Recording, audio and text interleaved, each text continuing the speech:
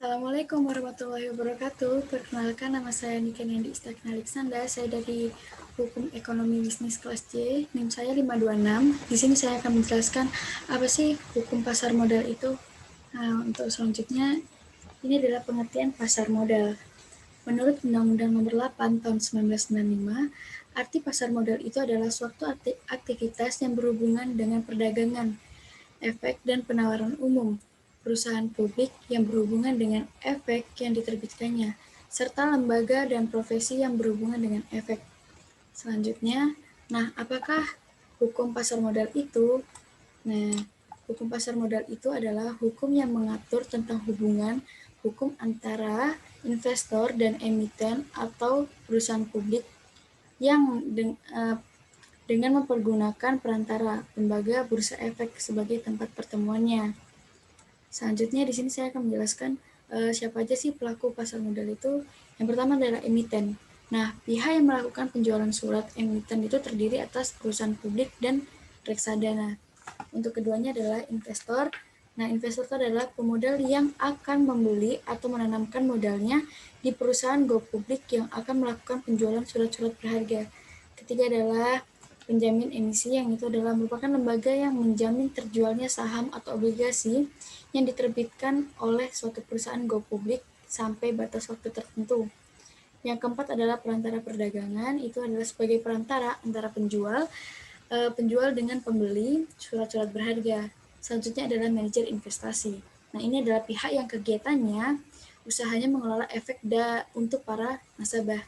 Selanjutnya di sini bisa dilihat ini adalah konsep hukum pasar modal. Nah, untuk di sini hukum pasar modal itu untuk konsepnya itu pemilik dana perusahaan yang membutuhkan dana efek. Nah, dan dana efek ini pasar modal bertindak sebagai mediator kepentingannya investor dengan perusahaan ataupun institusi pemerintah. Untuk mencapai titik keseimbangannya antara hak dan kewajiban, keduanya harus ada hukum yang mengaturnya, yaitu hukum pasar modal. Untuk selanjutnya di sini saya menyebutkan fungsi pasar modal. Nah, untuk yang pertama itu berfungsi untuk menambah modal usaha. Para pelaku bisnis itu harus mengetahui hal ini sebab tidak menutup kemungkinan jika di kemudian hari membutuhkan modal usaha tambahan. Selain meminjam ke bank, para pengusaha juga bisa memilih untuk terjun di dalam pasar ini dalam rangka mencari modal. Jadi, perusahaan atau sebuah bisnis bisa menjual sebagian sahamnya di tempat ini. Saham yang dijual tersebut nantinya akan dibeli balik oleh masyarakat. Untuk keduanya ini bisa dilihat bahwasanya sebagai sarana pemerataan pendapat.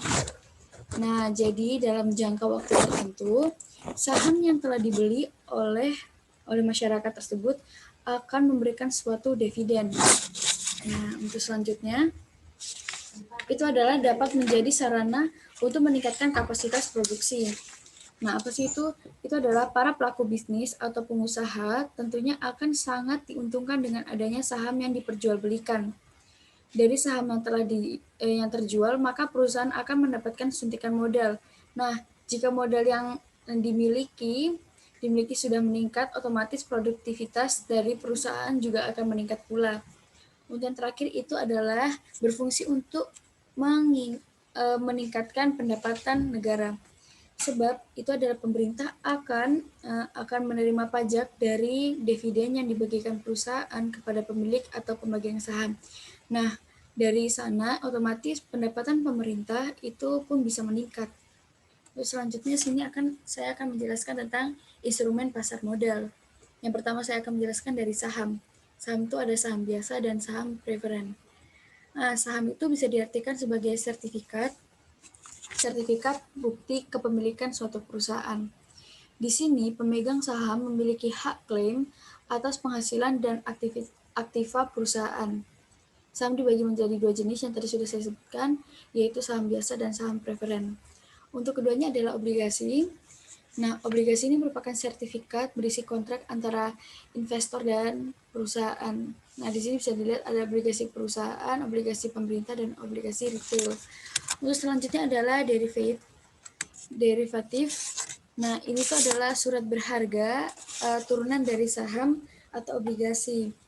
Nah, itu pertama kan ada opsi, kontrak opsi saham. Nah, opsi itu adalah surat pernyataan dari pihak yang memberikan hak pada pemegang saham untuk menjual sahamnya sesuai harga yang disepakati. Yang kedua adalah right, itu adalah surat berharga yang menyatakan mengenai pemberian hak bagi pemodal untuk membeli saham baru dengan harga dan waktu yang disepakati. Untuk yang terakhir adalah warrant, itu adalah surat yang dikeluarkan oleh perusahaan yang menyatakan bahwa pemegangnya mempunyai hak untuk membeli saham dengan syarat-syarat yang sudah disepakati. Untuk terakhir adalah reksadana. Nah, untuk reksadana ini kan ada 4. Nah, untuk reksadana ini adalah wadah yang dipergunakan untuk menghimpun dana dari masyarakat investor untuk selanjutnya diinvestasikan dalam portofolio efek oleh manajer investasi.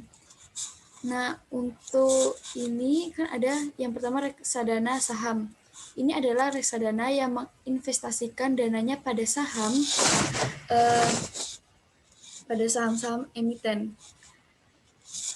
Jadi jenis reksadana ini tuh berpotensi risikonya besar dengan tingkatan pengembalian yang besar pula sehingga dapat disebut high risk high returns.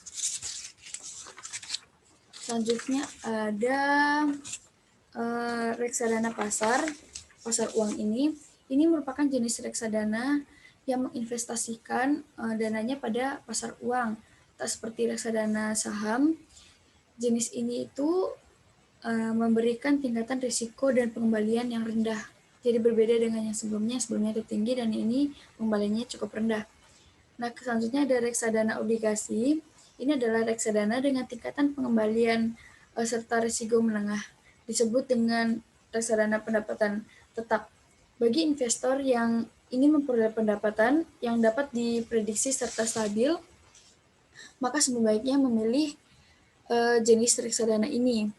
Nah, untuk yang terakhir itu adalah reksadana campuran, di mana ini adalah reksadana yang menempatkan dananya dalam pasar uang, obligasi atau saham.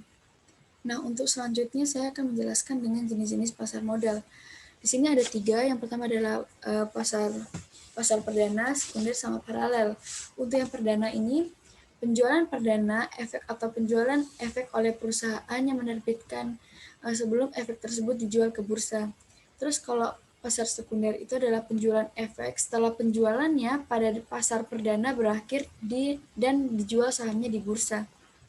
Nah, yang untuk paralel itu adalah perlengkapan bursa efek yang ada perusahaan efek yang menerbitkan efek yang akan menjual efeknya melalui bursa dapat dilakukan melalui bursa paralel. Selanjutnya ini adalah Badan Pengawasan Pasar Modal.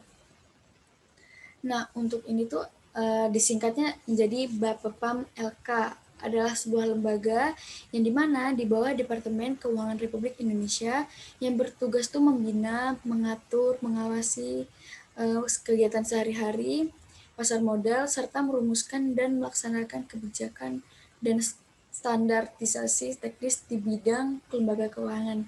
Nah, di situ pun ada fungsinya. Yang pertama adalah fungsinya pengkonsepan dan penegakan aturan main di bidang pasar modal primer juga sekunder. Yang kedua itu penegakan secara tegas peraturan di bidang pasar modal. Yang ketiga itu adalah penetapan pokok-pokok keterbukaan perusahaan untuk emiten dan perusahaan publik. Nah, udah. Selanjutnya saya akan membahas tentang bursa efek atau stock exchange. Ini adalah pihak yang menyelenggarakan dan menyediakan sistem dan sarana untuk mempertemukan penawaran jual dan beli efek antara investor dengan emiten. Nah, untuk efek yang dilakukan baik secara langsung maupun melalui wakil-wakilnya dengan tujuan memperdagangkan efek di antara mereka. Nah, untuk fungsi bursa ini tuh menjaga kontinuitas pasar dan menciptakan harga efek yang wajar melalui mekanisme permintaan dan penawaran. Nah, untuk itu maka ada ketentuan atau aturan hukum yang dapat mengakomodasi berbagai kepentingan penjual dan pembeli sehingga tercapainya keseimbangan dengan berlandas kepada hukum. Yang tadi saya sebutkan, hukum yang dimaksud adalah hukum pasar modal. Nah, untuk bursa ini pemegang sahamnya terdiri dari perusahaan efek yang yang telah memperolehkan izin usaha sebagai perantara perdagangan efek. Nah, untuk saat ini Bursa Efek yang telah memperoleh izin usaha itu dari Bapepam itu yaitu Bursa Efek Indonesia. Nah, untuk tugasnya itu menyelenggarakan perdagangan efek yang teratur, wajar, dan efisien. Yang kedua, menyediakan sarana pendukungan serta mengawasi kegiatan anggota Bursa Efek. Dan yang terakhir adalah menyusun rancangan anggaran tahunan dan penggunaan laba Bursa Efek dan melaporkannya kepada Bapepam tadi. Nah, itu aja yang bisa saya sampaikan. Mohon maaf jika ada salah kata. Wassalamualaikum warahmatullahi wabarakatuh.